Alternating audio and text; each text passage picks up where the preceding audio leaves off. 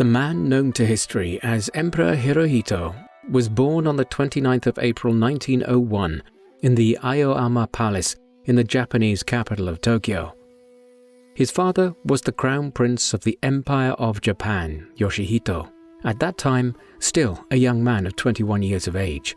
Hirohito's father would subsequently become known as Emperor Taisho after the era which he would rule over, as was the practice in Imperial Japan. Indeed, Hirohito's own reign would in due time become known as that of Showa-era Japan. However, Taisho would not succeed for several years after Hirohito's birth, and during the early 20th century, the Empire of Japan continued to be ruled over by the long-serving Emperor Meiji, the Crown Prince's father.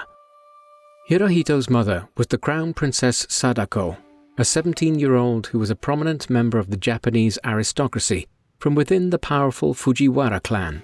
She and Hirohito's father had been married in May 1900, and Hirohito was consequently their first child when he was born just over a year later. The most significant figure, though, within the imperial family during Hirohito's early years was doubtless the Emperor Meiji. Hirohito's grandfather had ruled as the 122nd Emperor of Japan since 1867, when he had succeeded to the imperial mantle as a teenager. Within months of his accession, he was front and central to one of the most momentous episodes in modern Japanese history. As for much of the 19th century, Japan had been pulled between opposing forces, one of which wished to maintain Japan's traditional society and values, and the other which wanted to open the country to outside Western influences, leading to the modernization of Japan's social hierarchy and economy. Many powerful individuals within Japan believed that the only way to prevent the land of the rising sun from coming under European dominance in the same way that most of Asia and Africa had during the course of the 19th century was to adopt Western methods and technology, particularly Western administrative and military techniques. And so, the traditional government of Japan, overseen by the shogun, with the emperors in Tokyo only playing a largely ceremonial role, was completely recalibrated during the course of 1867 and 1868. In what has become known as the Meiji Restoration after Hirohito's grandfather, the Emperor Meiji, the shogunate, which had largely ruled Japan as a feudal state for hundreds of years, was dispensed with, and a new government headed by a more powerful emperor was set up, aided by a Western-style cabinet of ministers. Then, in tandem, a program of rapid modernization and industrialization was initiated, while Japanese society was completely reformed and the military was brought into the modern age. But the ascent of the new Empire of Japan under Meiji's rule did not stop there. Far from just modernizing to enable its own defense against the European and North American powers, within a few years the Japanese were expanding beyond their own borders. Beginning in the 1870s, Japan began to interfere in the affairs of the Joseon dynasty's Kingdom of Korea, the empire's closest neighbor on mainland Asia, which was largely dominated by the Chinese by the 1890s. War with the Qing dynasty in the vast country of China, which had endured political chaos itself throughout the 19th century, followed in 1894. This conflict, the First Sino-Japanese War, was a brief affair in which the Japanese won a series of successive victories and then solidified its hegemonic position in Korea, and also acquired control of the island of Formosa, known today as Taiwan. Ultimately, the war made it clear that Japan was now the major power in East Asia, a position which was confirmed when Japan went to war with Russia in 1904. Victory in that conflict in 1905 was the first time that an Asian power had defeated a European state during modern times. Japan followed up this victory by directly annexing Korea in 1910. Thus, by the time Hirohito was entering his teenage years, Japan had risen to become the dominant power in the Western Pacific. This video is brought to you by Raid Shadow Legends, the spectacular medieval-style fantasy role-playing game that you can play on your phone, laptop, or desktop. Raid Shadow Legends features an amazing storyline, cutting-edge graphics, and addictive gameplay. It also has a ton of champions, over 600 now, such as our favourite, Gallic, but it's also got loads of amazing bosses that fight in totally unique ways, such as Dungeon Boss Sir Galaroth, Guardian of the Arcane Keep.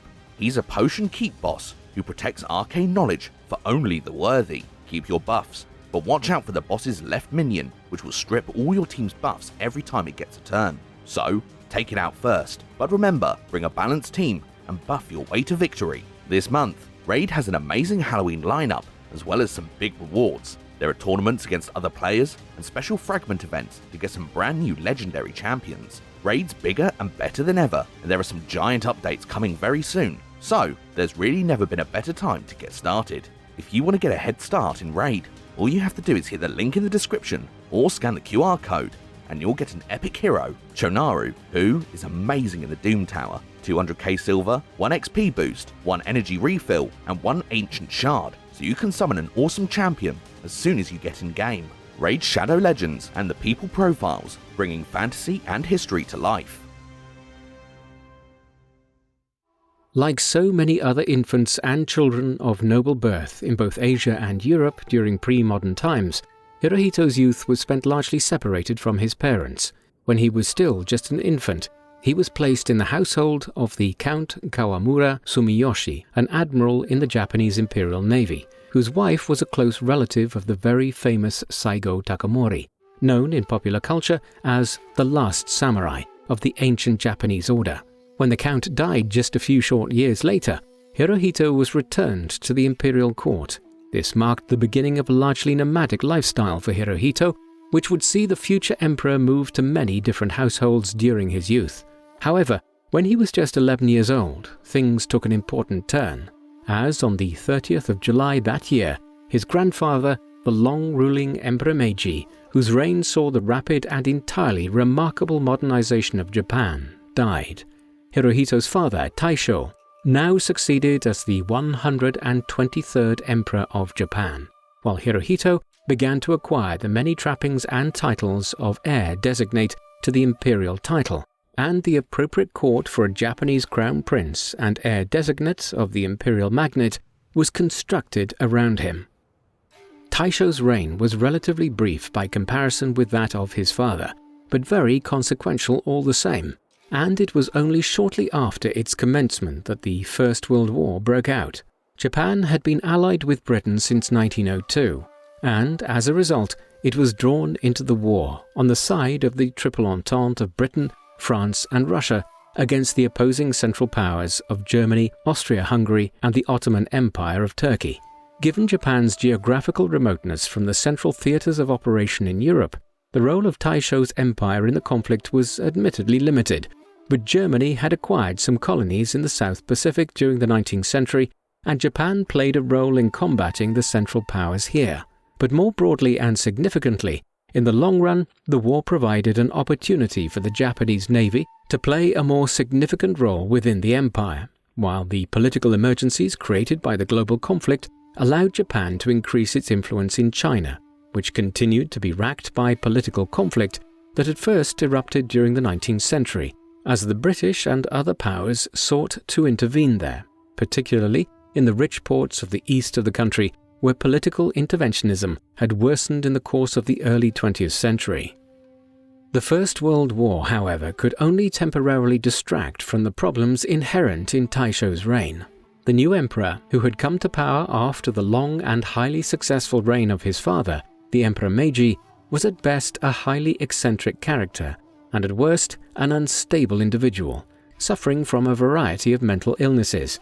This mental instability had been apparent within months of Taisho's accession. For instance, in 1913, when addressing the Imperial Parliament or Diet, he had stopped mid-speech and rolled the paper on which his script was written into a makeshift spyglass, which he then began looking at the bemused politicians through. Things worsened over the years that followed, and by the late 1910s, many individuals within high government circles were attempting to redress the situation. And by the time the First World War ended in 1918, Taisho's appearances at public events were being largely restricted. Finally, in November 1921, having reached 19 years of age, Hirohito was named as Prince Regent and would henceforth begin to play an increasingly prominent role in the governance of the empire. By the time his father, Taisho, eventually died of a combination of pneumonia and heart complications in late December 1926, he had been relegated to being a largely marginal figure within the empire for quite some time. From shortly before his accession as Prince Regent, Hirohito had begun to play a prominent role in Japanese politics, especially on the world stage. During the course of 1921, he undertook a major tour of Europe, conducting state visits through Britain, France, and Italy, along with several smaller European states, notably the Netherlands, which continued to play a significant role in Eastern and Southern Asia through its territorial possessions in the East Indies approximating to modern-day Indonesia. In Britain, the young Crown Prince met with King George V and toured many of the country's famous sites, in a tour which was viewed by both sides, as well as the international media, as reaffirming and solidifying of the Empire of Japan's long-standing alliance with the United Kingdom.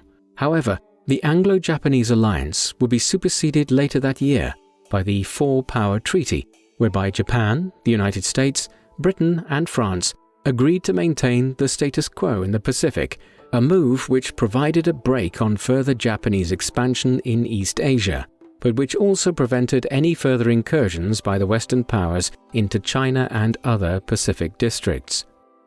Back in Japan, the imperial line was secured before Hirohito officially ascended to the imperial mantle, as on the 26th of January 1924, the future emperor was married to Princess Nagako, a member of the Oke branch of the Japanese imperial house. Their first child, a daughter named Shigeko, followed in December 1925. Eventually, the imperial couple would have 5 daughters, but it would not be until 1933 that a male heir named Prince Akihito was born, the first of 2 sons. He would eventually succeed his father over 50 years later as the 125th Emperor of Japan, providing a direct line of just 4 generations of Japanese rulers between 1867 and the early 21st century. Upon his accession in December 1926, the new Emperor Hirohito was confronted by a changing political system in Japan, which presented numerous political challenges. A large national debt had been allowed to accumulate during Japan's rapid modernization and expansion, and by the 1920s, the country was facing considerable economic problems, exacerbated by the devastation wrought by the Great Kanto earthquake of 1923. These economic woes spiraled into a full-blown financial crisis in 1927, which foreshadowed the Great Depression that struck the wider developed world from 1929 onwards. After which, in Japan's version of this global economic crisis, several dozen banks eventually collapsed and the government of Prime Minister Wakatsuki Reijiro was brought down. Following this, there was a series of other domestic policy matters which Hirohito's regime had to confront in its early years, not least the calls for greater electoral reform, which would extend the range of Japanese citizens who were eligible to vote in line with the extension of the vote to women and the poorer classes in Europe's more developed nations that had been happening since the 1880s. As a result, by the 1930s, Japan appeared outwardly to be a fully fledged democracy, but this disguised a drift towards a more militaristic government, one in which figures from the military and navy were increasingly occupying political office and even seats in government cabinets. The heightening role of the military within Japan's government was symptomatic of the country's increasingly jingoistic and aggressive actions on the world stage. In September 1931, the empire created a diplomatic incident with the Republic of China, which provided what, in retrospect, seems like a convenient pretext to declare war on the country. The resulting conflict saw the northeastern districts of China, bordering Russia and Korea, known as Manchuria, overrun in a matter of weeks, as tens of thousands of Japanese soldiers streamed northwards from Korea into the region. At the end of the conflict, a huge puppet state called Manchukuo was established, which was headed by a puppet emperor, the Emperor Puyi. And although the Japanese would claim that the war had been engaged in to liberate the local Manchu people from Chinese oppression, the international community was not convinced. The Empire of Japan was expelled from the League of Nations, which had been established in the aftermath of the First World War, with the goal of stabilizing international relations and monitoring the belligerence of individual powers. With its expulsion from the League, Japan was increasingly on a course towards confrontation with many of the former Allied powers who had won the First World War. namely Britain, the United States, and France. Hirohito's role in these events cannot be understated. He was perfectly aware, for instance, of a type of germ warfare, what we today would call biological warfare, which was being waged by the Japanese government in his name against the people of Manchuria in the early to mid-1930s. As with so much else of his reign and actions over the next 15 years, the invasion of Manchuria and the manner in which that conflict was carried out reflects extremely poorly on Hirohito. With the decision taken to invade Manchuria and establish Manchu Kuo, Hirohito was increasingly finding himself at the head of Japanese state, which was dominated by what is known as the Kodoha, or Imperial Way faction. This was a political faction which had risen in the midst of the financial crisis of the 1920s, and in response to the perceived growing liberalism of Japanese society and politics. This grouping was led to a considerable degree by Baron Sadao Araki, a military general who was promoted to become the Minister of War in December 1931, at the height of the invasion of Manchuria, and Jinsaburo Masaki, himself a general in the Japanese military. Under their influence, during the 1930s, the Japanese political system became increasingly dominated by an expansionist philosophy and an aggressive worldview. Indeed, a clear sign of the increasing drift towards military rule was seen in 1936, in an event known as the February 26th Incident, when elements within the military attempted a coup d'etat.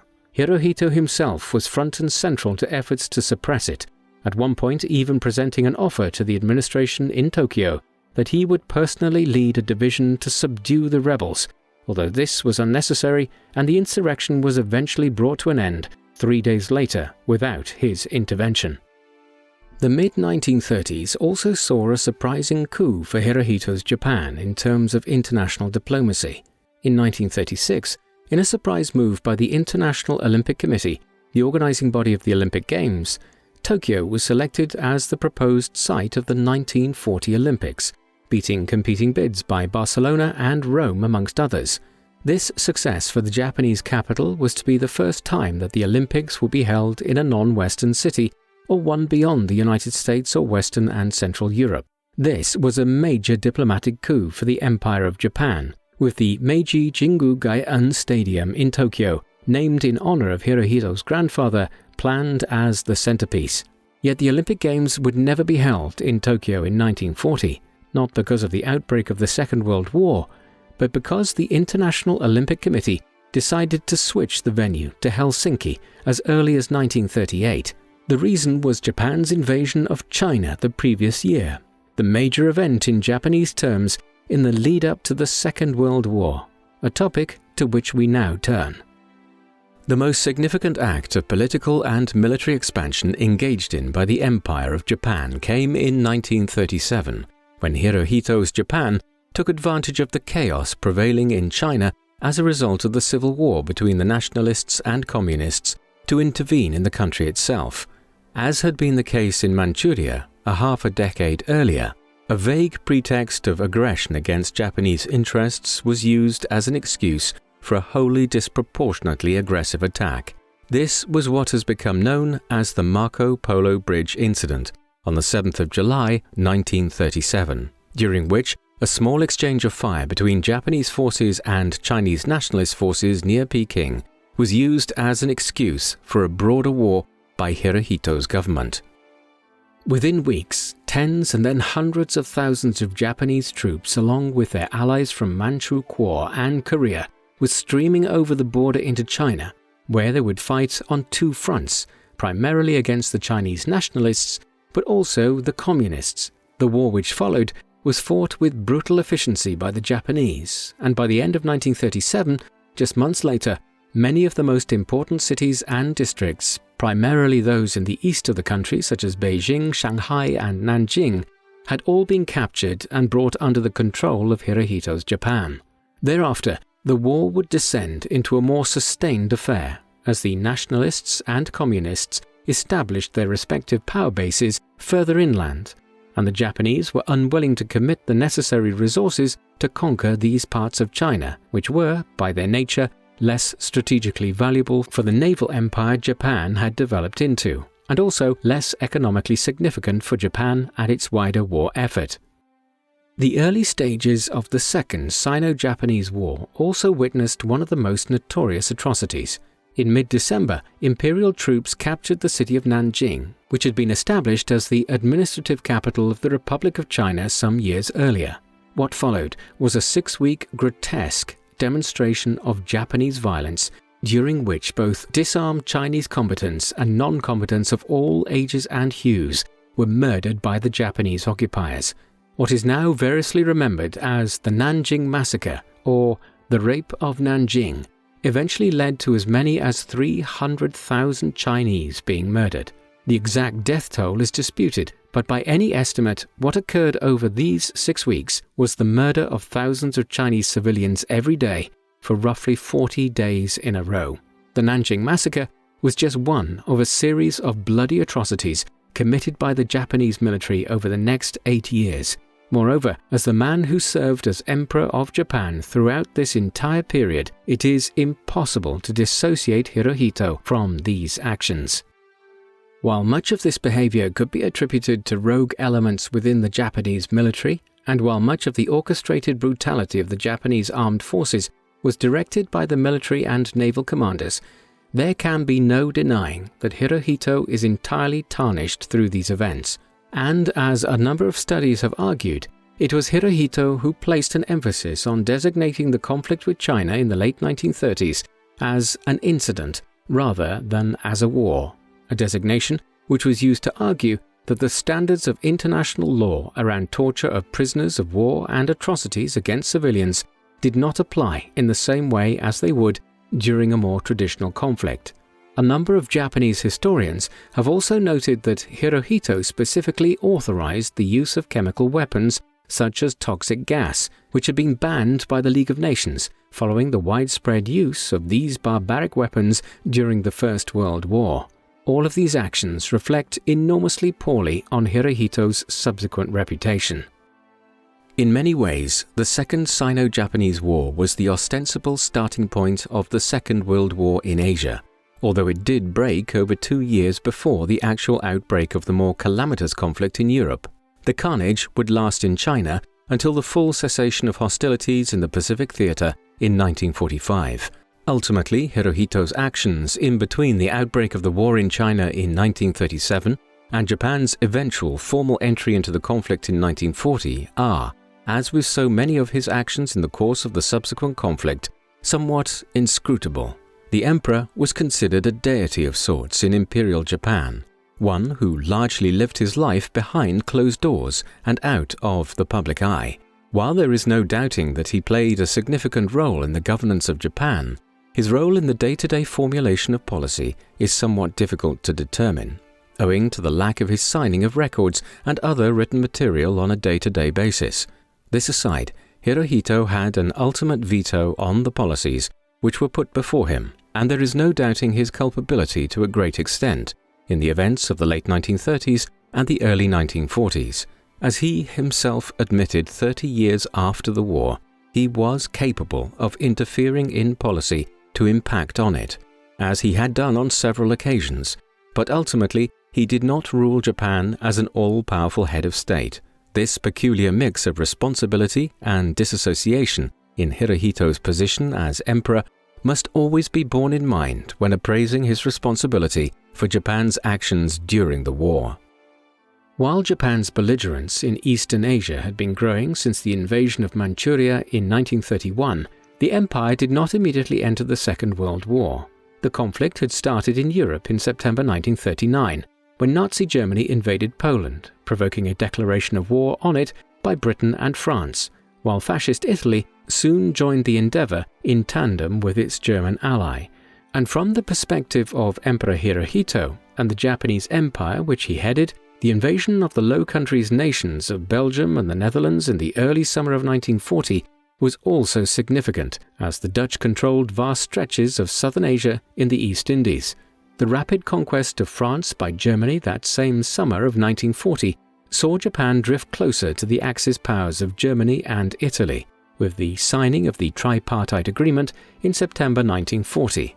This formally brought Hirohito's nation into the Second World War, and its expansionism was reaffirmed with the immediate military incursion into French Indochina, the region of Southeast Asia which today constitutes Vietnam, Laos, and Cambodia. From this point onwards, the empire was committed to the conflict, but an issue remained surrounding its relations with the United States of America. The USA had expanded westwards itself into the Pacific during the 19th and early 20th centuries, occupying regions such as Guam, Wake Island, and the Philippines. It seemed that eventually a showdown for dominance of the Western Pacific would have to occur between the US and an ascendant Japan, but it still remained debatable even in 1941 whether America would even enter the Second World War. The US President Franklin Delano Roosevelt was inclined to support the Allied cause, and indeed had provided large-scale logistical support to Britain as part of a land lease policy, as well as imposing an oil embargo on Japan for its aggressive actions in East Asia and the South Pacific. Yet public opinion at home in America tended to favor isolationism and non-involvement in the war. All of that, though, was about to change. In the course of 1941, Hirohito's government, in large part owing to concerns about its oil supplies and the US embargo on the supply of the same vital product to the Tokyo government, gradually began to favor a preemptive strike against America as a means of gaining the upper hand in a conflict which was increasingly believed to be inevitable, a matter of when, not if. Two of the foremost hawks in Hirohito's government, Admiral Osamu Nagano, the chief of the Imperial Japanese Navy General Staff, and Admiral Isoroku Yamamoto, the commander-in-chief of the combined Japanese fleet, developed a plan to launch a preemptive strike against US and Allied targets, many of which were in East Asia, such as the Philippines, with the principal goal of destroying the US Pacific Fleet at anchor in Pearl Harbor Bay in the Hawaii Islands. However, Yamamoto had misgivings himself about the long-term strategic viability of the scheme. He had visited the US himself in the past and believed the country would be able to recover quickly from any such attack, no matter how successful. Nevertheless, the Hawks and War Party in the government of Hirohito's empire won out. The eventual attack on Pearl Harbor, a date which will live in infamy, as it was described by US President Roosevelt, took place around dawn on the morning of the 7th of December 1941. There was no declaration of war by Japan or by Hirohito as the head of the empire prior to it, and the attack caught the US completely unprepared.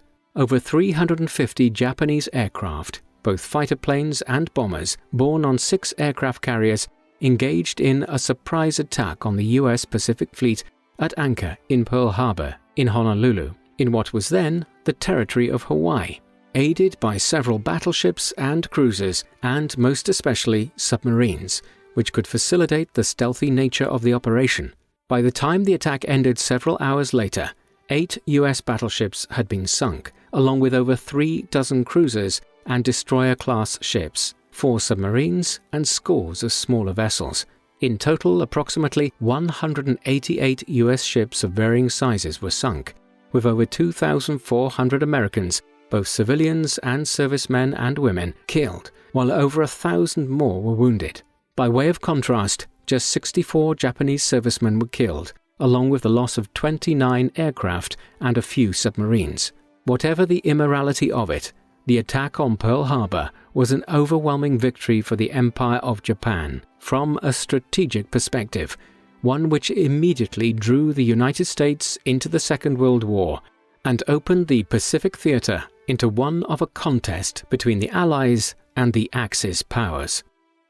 In the opening months of the war which was to follow, Hirohito was certainly not an unseen or uninvolved figure, despite how many interpretations have since sought to portray him as being such. Ultimately, the war was to focus on several key areas in December 1941 and the first months of 1942, these being largely the Malay Peninsula and the Philippines, where the Japanese were seeking to conquer the beleaguered British and US positions in Singapore and Manila, along with some additional attacks into parts of China and the eastern edges of the British Raj in Burma. The surviving evidence indicates that Hirohito was broadly supportive of some of these measures, arguing, for instance, that military maneuvers in the Philippines should be increased in January and February of 1942. This campaign, which had commenced simultaneously with the attack on Pearl Harbor in early December 1941, would eventually conclude on the 8th of May 1942, with the Japanese capture of the Philippines in a campaign which is often deemed to have been the worst military defeat suffered by the United States during its long history. And yet, this was largely the zenith of Japanese arms during the Pacific War. By the time that the Philippines were conquered in the early summer of 1942, the Empire of the Rising Sun extended well into China.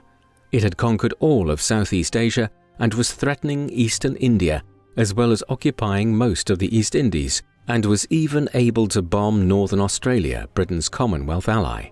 The Japanese had even succeeded in occupying parts of the Aleutian Islands off the west coast of Alaska, the only major occupation of a piece of contemporary US territory today by the Japanese during the war. The real threat, though, lay to the east. While Japan had occupied many of the island chains of the Pacific, the US had quickly rebuilt in the aftermath of the attack on Pearl Harbor and was soon to begin advancing across the Great Ocean. Ironically enough, it was an island called Midway that the pivotal engagement occurred around. The Battle of Midway, which occurred over a 4-day period between the 4th of June and the 7th of June 1942, was perhaps the most significant engagement in the entire Pacific War. While the attack on Pearl Harbor the previous December had given Hirohito's Japan a distinct tactical advantage for some months in early 1942, Midway recalibrated the entire balance of the Japanese-American conflict. During the course of it, a large Japanese fleet, which was attempting to strike eastwards across the Pacific, was defeated by a similar-sized US fleet. The Pacific War, at this stage, was largely measured in ships and aircraft, and most especially the aircraft carriers, which could act as mobile airports for those same planes across the vast Pacific theater. At Midway, in early June 1942, the Japanese lost 4 of its aircraft carriers and nearly 250 planes, while just 1 US aircraft carrier was destroyed and under 150 planes. Thereafter, Japanese military capabilities diminished, just as the US's war economy and production was being exponentially ramped up. All in all, Hirohito's Empire of Japan was in dire straits militarily from the summer of 1942 onwards. The loss at the Battle of Midway was indicative of the broad shift of the Second World War against the Axis powers during late 1941 and into 1942. While the Germans, Italians and Japanese had generally met with unequivocal success in their efforts for years between 1937 and late 1941, the next 12 months changed the course of the war irrevocably. In Europe, the German assault on Russia stalled in the winter of 1941. And while a concerted assault on the city of Stalingrad in southern Russia in 1942 held the fate of the Eastern Front in the balance for months thereafter, it became inevitable by the late winter of 1942 that Germany would not be able to withstand the tide of the Soviet advance back towards Berlin. Equally, the Italians and Germans, after much success in North Africa between 1939 and 1941, were pushed back into Tunisia in 1942. And the ground was quickly prepared for an Allied invasion of Italy. Similarly, for Hirohito's Japan, the major turning point, other than the Battle of Midway, was the Battle of Guadalcanal, the first major Allied offensive against the Japanese in the Pacific. This campaign in the Solomon Islands played out over 6 months between August 1942 and February 1943, involved nearly 100,000 US and Japanese troops, making it one of the most concerted land campaigns of the entire war in the Pacific. By the time that it ended, it had resulted in hundreds of lost planes and dozens of lost ships, while the US had captured a strategic launching pad from which the reconquest of the Western Pacific could be commenced. By this late stage in the conflict, the war effort was largely overseen by the Supreme Council for the Direction of the War, consisting of the Prime Minister, Admiral Kantoro Suzuki, the Minister of Foreign Affairs, Shigenori Togo, the Minister of War, General Korichika Anami, the Minister of the Navy, Admiral Mitsumasa Yonai, the Chief of the Army General Staff, General Yoshijiro Umezu, and the Chief of the Navy General Staff, Admiral Soemo Toyoda. Hirohito largely interacted with these figures in the decision-making process as the war reached its final stages. It remains a substantial matter of contention as to whether or not Hirohito exercised a major degree of influence on the direction of the Japanese war effort during these years. The end of the Pacific War came about swiftly. In the spring of 1945, the Allies had been formulating plans to make Japan the focus of military operations, supported by Britain and Soviet Russia, once the war in Europe had been brought to a conclusion. And by the 8th of May 1945, that preliminary goal was achieved, when Nazi Germany surrendered unconditionally to the Allies just over a week after Adolf Hitler had committed suicide in Berlin. But within weeks, the plan for how to proceed in the Pacific changed. On the 16th of July 1945, the Manhattan Project, the US's 3-year-long project to develop atomic weapons, finally came to fruition, when the first nuclear bomb was detonated in a test explosion in New Mexico.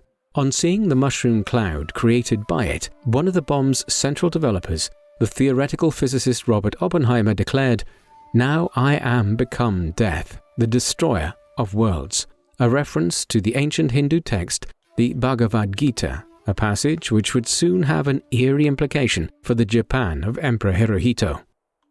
So, with the new weapon functioning, the US attempted one last barrage of diplomacy with Japan before employing it.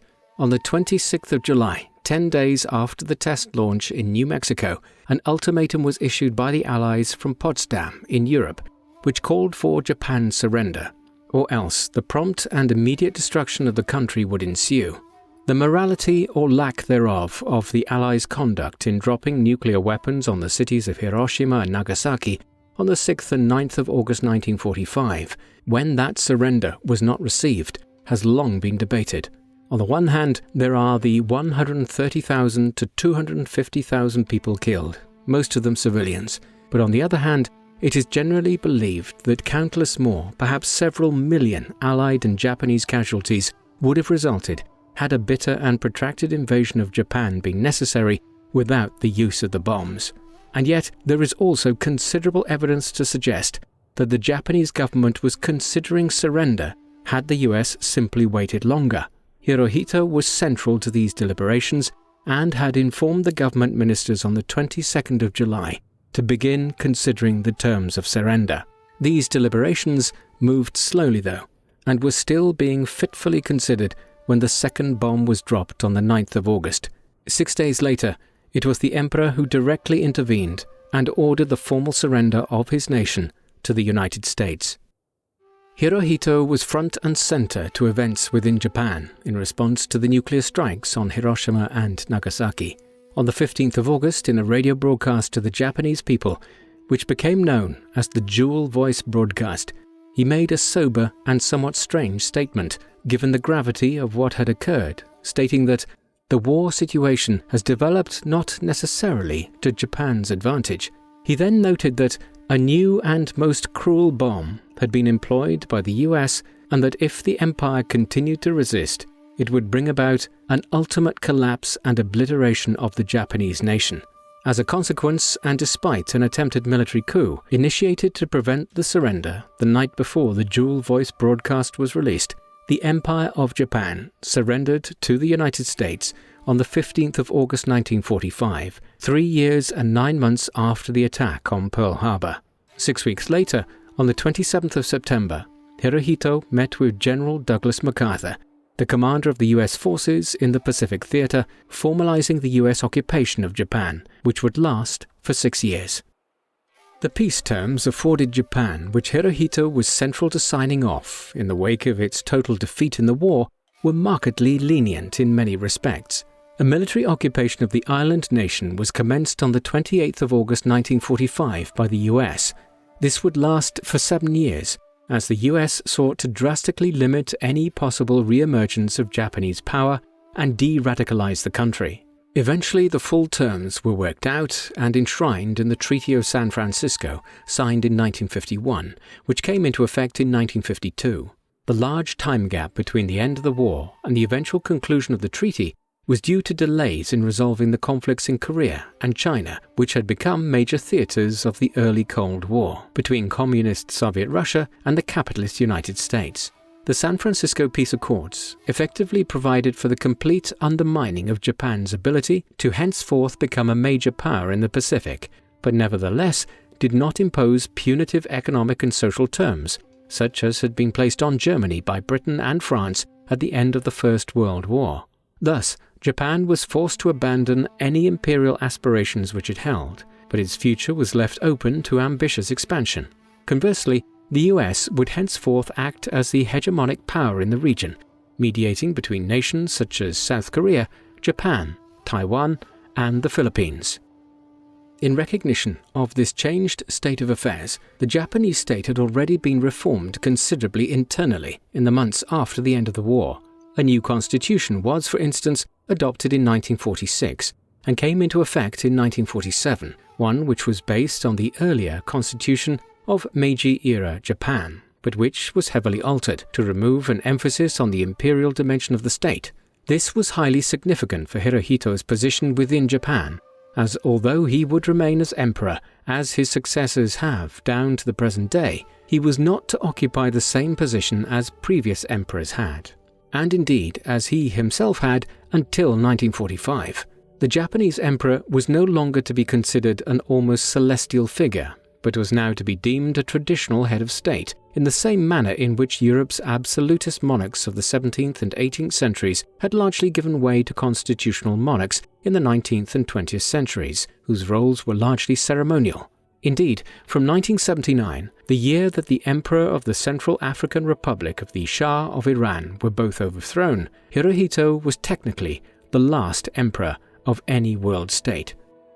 Japan's war criminals were prosecuted through the International Military Tribunal for the Far East, which is also referred to as the Tokyo War Crimes Tribunal, the direct equivalent in Japan of the Nuremberg trials in Nazi Germany. This was convened on the 29th of April 1946, and despite his position as head of the Empire of Japan, Hirohito was not directly implicated during the trials.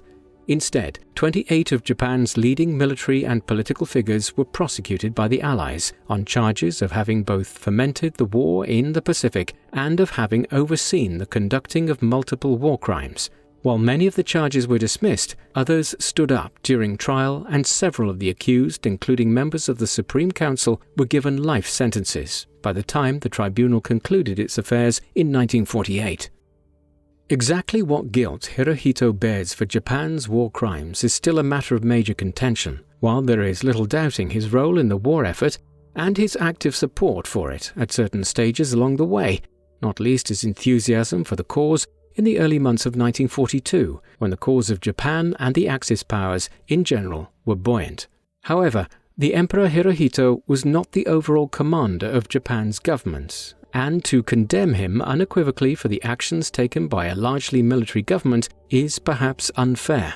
Nevertheless, it is generally understood that he escaped prosecution and fuller implication in the trials, which occurred in the aftermath of the war, only owing to the avid belief of General MacArthur that Hirohito was needed to ensure a good degree of continuity in Japanese society in the post-war period. Ultimately, the emperor was saved by the eruption of the Cold War in the immediate aftermath of the Second World War, and Japan's becoming a key player in this new crisis immediately upon its surrender in 1945. In the aftermath of the war, Hirohito faded to a certain extent from Japanese public life. The emperor had always been a quasi-religious figure whose public appearances were carefully stage-managed, and the result of the war accentuated this desire to keep the emperor out of the public gaze. Hirohito simply provided too much of a reminder of what had gone before the peacetime period. At the same time, he was forced to reject the notion that he was an Arahito-hami, or divine figure given temporal form. Moreover, his limited role in Japanese state affairs in the post-war period was affirmed through the new constitution of 1947, which allowed for Hirohito to play a largely ceremonial role. And thus it was that in 1947, for instance, he visited Hiroshima to give a speech there to symbolically acknowledge the events there 2 years earlier, which had been so critical to the conclusion of the war. It was during the 1960s and 1970s that Hirohito's role in post-war Japan was perhaps at its most consequential. During this period, he was instrumental in shaping the image of Japan on the global stage as a country which had been rehabilitated following the crimes of the 1930s and 1940s. In particular, during the 1970s, he undertook a lengthy series of international state visits, some 50 years after his initial sojourn through Europe, before he had ever formally ascended to the imperial throne. And it is during these years that we can garner a greater idea of who Hirohito, the man, rather than the emperor, was. One aspect of his personality which emerged more into the light in his middle years was his interest in science, notably marine biology. Starting in the 1960s, he had several significant works published on hydroids, small marine predators which are related to jellyfish. Ultimately, the latter part of the emperor's long rule was much more successful. If the first part of Hirohito's reign had been marked by war, aggression and eventual disgrace on the Empire of Japan's part, the second half of his reign witnessed an extraordinary transformation of the country into one of the most successful post-war countries anywhere in the world. In the aftermath of the war, the country benefited enormously from the economic aid which the US provided to the belligerent nations during the conflict in order to rebuild their economies. In this, the US was following a clear strategy. It would pull countries like West Germany and Japan into the Western capitalist bloc and prevent them aligning with Soviet Russia or Communist China by allowing these countries to rebuild effectively in the aftermath of the war. This enlightened approach, when combined with effective internal management of Japan's economy and business environment by successive Japanese governments between the 1940s and 1980s, created what is termed the Japanese economic miracle. A strong emphasis was placed on developing the fields of electronics and manufacturing, particularly of automobiles, resulting in companies such as Toyota, Honda, Mitsubishi, Nissan, Hitachi, Sony, and Panasonic being built into some of the world's leading corporations.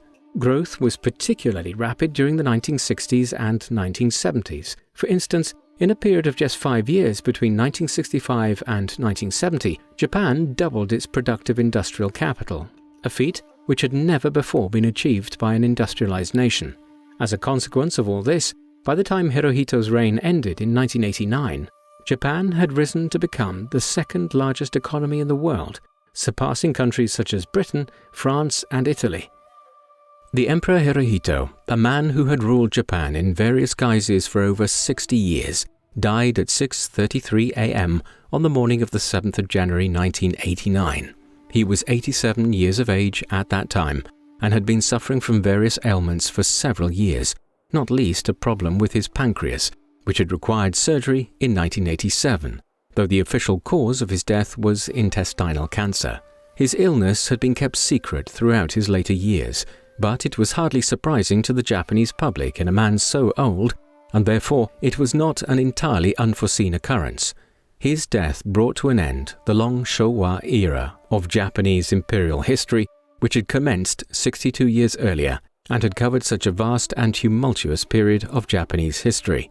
To truly understand the changes that occurred under Hirohito's reign, we should remember that his time as the 124th Emperor of Japan encapsulated half of the time between the Meiji Restoration in 1867 and the end of the Cold War, which was to follow, just months after Hirohito's death in 1989. He was survived by his wife, the Empress Kojun, who would live until the year 2000, as well as 5 of their 7 children and many grandchildren. Over the coming weeks, as Hirohito's elaborate state funeral was planned and carried out, his eldest son Akihito, who was already 55 years of age at that time, succeeded as the 125th Emperor of Japan. He would occupy the position until 2019, ensuring that only 4 Japanese emperors served during the enormous time period between 1867 and 2019. Today, Hirohito's tomb is to be found at the Musashi Imperial Graveyard in the western suburbs of Tokyo, along with those of his father and mother, the family having recently broken with tradition to be buried in Tokyo rather than Kyoto. The Emperor Hirohito is a somewhat indecipherable figure, one whose role in Japan's history is as contested today as it was back in 1945. On the one hand, there is little denying his role in the Empire of Japan's efforts to extend its influence into Eastern and Southern Asia, in an effort to become the dominant power in the Pacific, nor can it be contested that Japan's role in the war and the years leading up to it involved a vast amount of morally unsound behavior in terms of its war atrocities in China, as well as the treatment of Allied prisoners of war, and also in terms of the disreputable company it kept in joining the Axis alliance. Some of this conduct, such as the notorious rape of Nanjing in December 1937, was just as morally unconscionable as any of Hitler and the Nazis' actions in Europe between 1939 and 1945. There is little denying Hirohito's active involvement in much of this wartime behavior, or that he only escaped severe punishment in the aftermath of the war as a result of the US's desire for continuity in Japan in the shape of the emperor. And yet, we also need to consider that Hirohito was just the head of state in a government with many moving parts. Despite bearing the title of emperor, Hirohito was not an absolute ruler, and while he played a significant part in the governance of the land of the rising sun, the great majority of the decisions taken in Tokyo in the lead up to and during the course of the Second World War were made by others, most especially those at the top of the Japanese military and navy. Consequently, while Hirohito must be held accountable to some extent for Japan's war crimes, he cannot be assigned an undue proportion of the guilt. By way of contrast, his conduct in the closing stages of the war and the many years after in which he continued to serve as emperor generally stand to his credit. He provided some much-needed continuity in a country which needed to move away from the type of militaristic modernity which had been adopted since the 1860s, but which nevertheless valued tradition, as it still does. And with Hirohito continuing as emperor, Japan thrived in the post-war period, reinventing itself as the center of a burgeoning new Asian economy. By the time his long reign came to an end in 1989, just as the Cold War was concluding, Japan had risen to become the second largest economy in the world, surpassed only by the United States. A respected figure himself in the study of marine biology, his many state visits throughout Europe and North America in the 1970s helped to fully rehabilitate Japan's image within the Western world. Perhaps the most important facet of his reign was that when it ended in 1989, Japan was on a far more positive trajectory than it was when he first assumed the imperial mantle in 1926. What do you think of Emperor Hirohito? Was he substantially responsible for the Empire of Japan's many crimes in the lead-up to and duration of the Second World War? Or was he simply a pawn of the wider Japanese government? Please let us know in the comment section. And in the meantime, thank you very much for watching.